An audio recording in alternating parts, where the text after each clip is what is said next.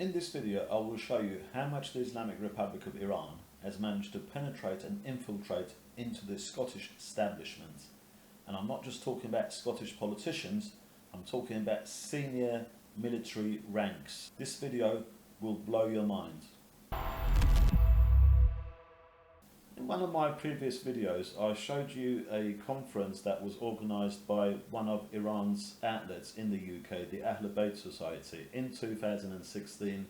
Conference was held in Scotland and it was attended by the then First Minister of Scotland, Nicola Sturgeon, and senior ranking police officials and other establishment figures in Scotland. I've got hold of another video from a conference that was held in 2013 in Scotland, again organised by the same Iranian outlet. And one of the speakers in this conference is a high-ranking British military figure. Let's see who that person is. The next speaker I will call is he's the commander of 51 Scottish Brigade, whose headquarters are based in Stirling. He's responsible for all the army troops based in Scotland. He's also responsible for the delivery of the firm base for all 30,000 MOD personnel, sponsored uniformed personnel from across all three services, i.e. Royal Navy, Army and Royal Air Force, that are based in Scotland, be they regular reservists or cadets. He also provides assistance to over 400,000 veterans living in Scotland. Can I ask Brigadier Paul Harkness, MBE, to come to the stage, please? Thank you.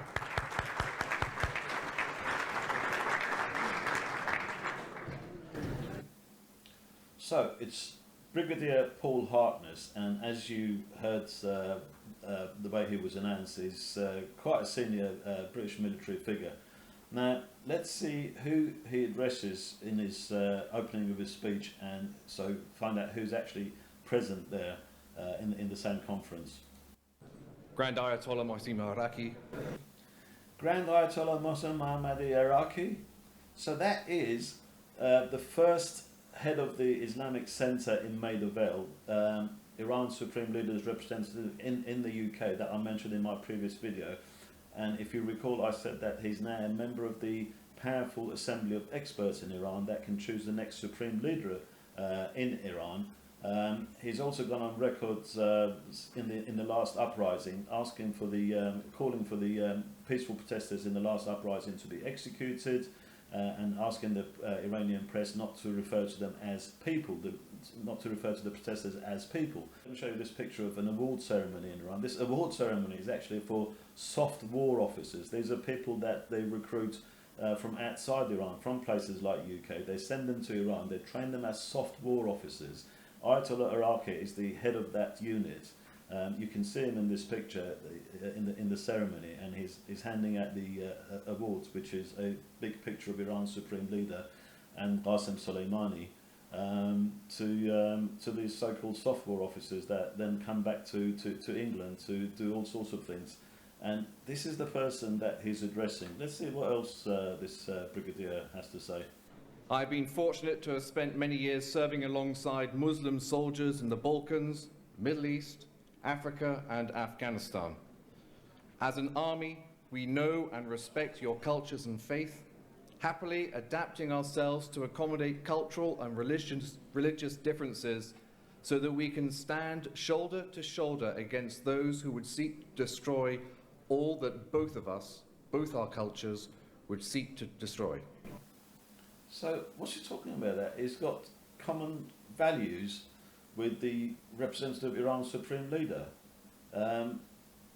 Does he know who he just addressed and who was sitting next to at this conference, and what his track record is? This is a representative of a hostile state that wants to destroy Britain, and you think that you share some common values with him? Let's see what more he has to say. We have many Muslim soldiers serving in the British Army, but we would wish that there were more of them. It is only by being multicultural and representative of our nation that we become much stronger and a more effective army. So you become more effective and stronger army by being multicultural? No, you don't. You become a more stronger and more effective army by having the latest weapons, by having the right resources, by recruiting the right people and training them properly. That's how you become effective and strong, not by becoming a multicultural army. What are you talking about? Let's see what else he has to say. However, if there's one thing that 25 years as a soldier has taught me, it is that ignorance is the enemy of us all. Well, that's true. Ignorance is the enemy of us all, and you've just proved that you are the most ignorant of them all. You are ignorance on steroids. Let's see what more he has to say. I have read the Holy Quran, albeit, I admit, in English translation. So what he's trying to say is that I've read it in English, but I know if I read it in Arabic, I'll be even more impressed. It's just basically trying to appease them, and as you can see, they're clapping for him. They're loving it. See what more he has to say. And I know the tenets of your faith and belief in the words of the Holy Prophet. May his name be blessed. I actually challenge you, former Brigadier Harkness, to have a debate with me about Islam, to see what you've learned by reading the Quran and what you claim that you know about Islam. I actually think Tommy Robinson knows more about Islam than you do. Let's see what more he has to say. Which is why I say again that ignorance is the enemy. It is. Ignorance is the enemy, and like I said, you've demonstrated multiple times in this speech how ignorant you are. Now, as a soldier, we tend to examine problems in a dispassionate and practical manner in order to devise a way forward. The first and most important planning factor is to understand the environment in which you are operating. But you not understand the environment that you're in right now. How can we trust you with the environment that you're operating in a military field? I would suggest to you that Britain is becoming an ever-increasing secular society where faith plays far less of a role for the majority of the people than it did in the past. To those who don't understand you or Islam, And you think you understand them and Islam? your devotion to your faith and the way in which you live your lives is an alien concept that they simply can't comprehend, as they themselves have such a tenuous belief in their own faith. Their ignorance, Your ignorance. breeds uncertainty and fear, and that fear creates You breed fear into people that know what they're talking about. the very divisions in our society that we need to dismantle. Those who seek to exploit that ignorance and fear on either side do so because they are the enemy of democracy and the very freedoms of worship and belief that it enshrines and which we in this room cherish. Enemies of democracy and freedom of worship that you in that room cherish. Do you know who you're sitting with? Do you think there's democracy in the Islamic Republic of Iran? Do you think there's freedom of worship in the Islamic Republic of Iran? And you think you cherish the common values with the people that you're sitting with, that you're attending the conference with? How ignorant can you get? You're a British high military rank figure, for God's sake. Do your homework first. Talk to a few people before attending a conference and a free lunch. Understand where you're going before just going along, just for the sake of it, just for looking good, just for sending some virtuous signals. This is just beyond belief. This is why you lost in Iraq and Afghanistan, despite all the sacrifices that were made by the ordinary soldiers, because you didn't understand who your enemy was. You thought the Islamic Republic of Iran was your ally and you shared common values with. Now, I've managed to find this former Brigadier Paul Harkness on Twitter. This is how he describes himself: strategic analyst, government-level national strategic risk analyst, identifying the risks confronting a country. You wouldn't know the risk to this country if it was staring you in the eye, Brigadier Harkness. And I've sent him a message with regard to this video saying, I'm a freelance investigative journalist with expertise on Iran and Islamic terrorism. I will be doing a piece about your speech at an Iran organised conference in 2013, where you start your speech by addressing Ayatollah Araki in reverence, a member of Iran's Assembly of Experts and a cleric who called for Iranian protesters to be executed. Would you like to give me your side of the story and comments before I publish it? and I've also asked him, did you know who Ayatollah Araki was at the time? Are you still in touch with him? And he was kind enough to reply to me and provide me with the following information. He said, at the time I was commander of the 51st Infantry Brigade in Scotland, which, well, we knew that. Amongst a number of diverse responsibilities that I was charged with was engaging with numerous community groups, including religious ones throughout Scotland. And one of the faith groups that I engaged with was the Scottish Ahl Al Bayt Society. And that the Ahl Al Bayt Society is an Iranian outlet. He should have known that. He then says that he wasn't aware who Ayatollah Araki was, and he didn't know that he was a member of Iran's Assembly of Experts. Well, that I can't accept, because in the same conference, before Brigadier Harkness speaks, Ayatollah Araki spoke, and he was introduced amongst all the other titles that they had for him. They did also introduce him as a member of Iran's Assembly of Experts, so he should have known that. Okay, I gotta move on then. Okay, so thanks, Nicola. Our next speaker is a very special guest who has made it especially travel to Glasgow here today for this occasion. Ayatollah Sheikh Mohsen Al-Araki is an Islamic scholar, cleric and university lecturer. He's a prominent member of the Assembly of Experts in Iran and a prominent Iranian cleric, and one of the students of the Islamic thinker Grand Ayatollah Muhammad Baqir al-Sadr. May Allah bless his soul. He has authored dozens of books in the various languages, Persian, English and Arabic. He holds a doctorate in philosophy from the University of Portsmouth and the founder of Islamic Centre in England, in London, and was the head of Islamic Centre until 2004. He has set up many centres across England, including in Manchester, Birmingham, Newcastle, Leeds and a few others.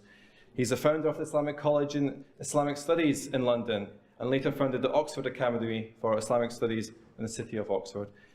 He is now the head of the World Forum for Proximity of Islamic Thoughts, which is a proud history of interfaith dialogue and has been bringing together uniting Muslims from all different backgrounds for many years under the banner of love, peace and unity. What an honour it is to welcome Ayatollah Mohsen Al-Araki to the stage. Please show your appreciation.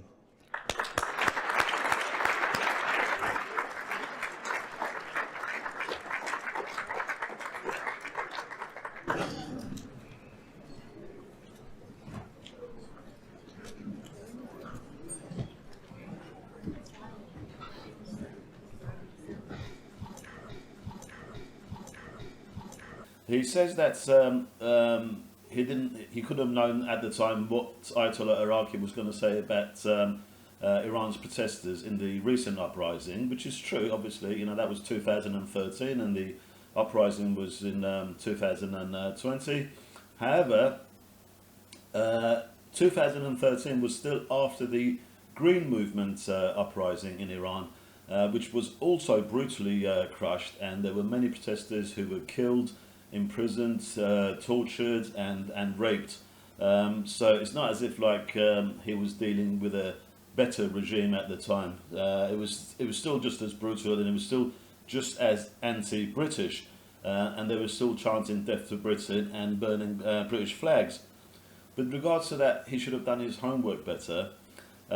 He makes an interesting point actually. He says the reason he went to the conference was because the invitation by the Ahl Al Bayt Society, by this Iranian outlet, was approved through his chain of command by the UK government. So there is some responsibility with this chain of command and UK government, and it's not all his fault. He asked me here, he says, can I ask, was Ayatollah Araki's presence in the UK illegal?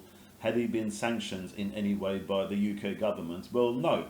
But nor is the North Korean ambassador to the UK, for example. And I can't imagine that he would go to a conference with the North Korean ambassador in UK and address him with such reverence and talk to a conference of North Korean representatives and sympathisers as having shared common values, etc.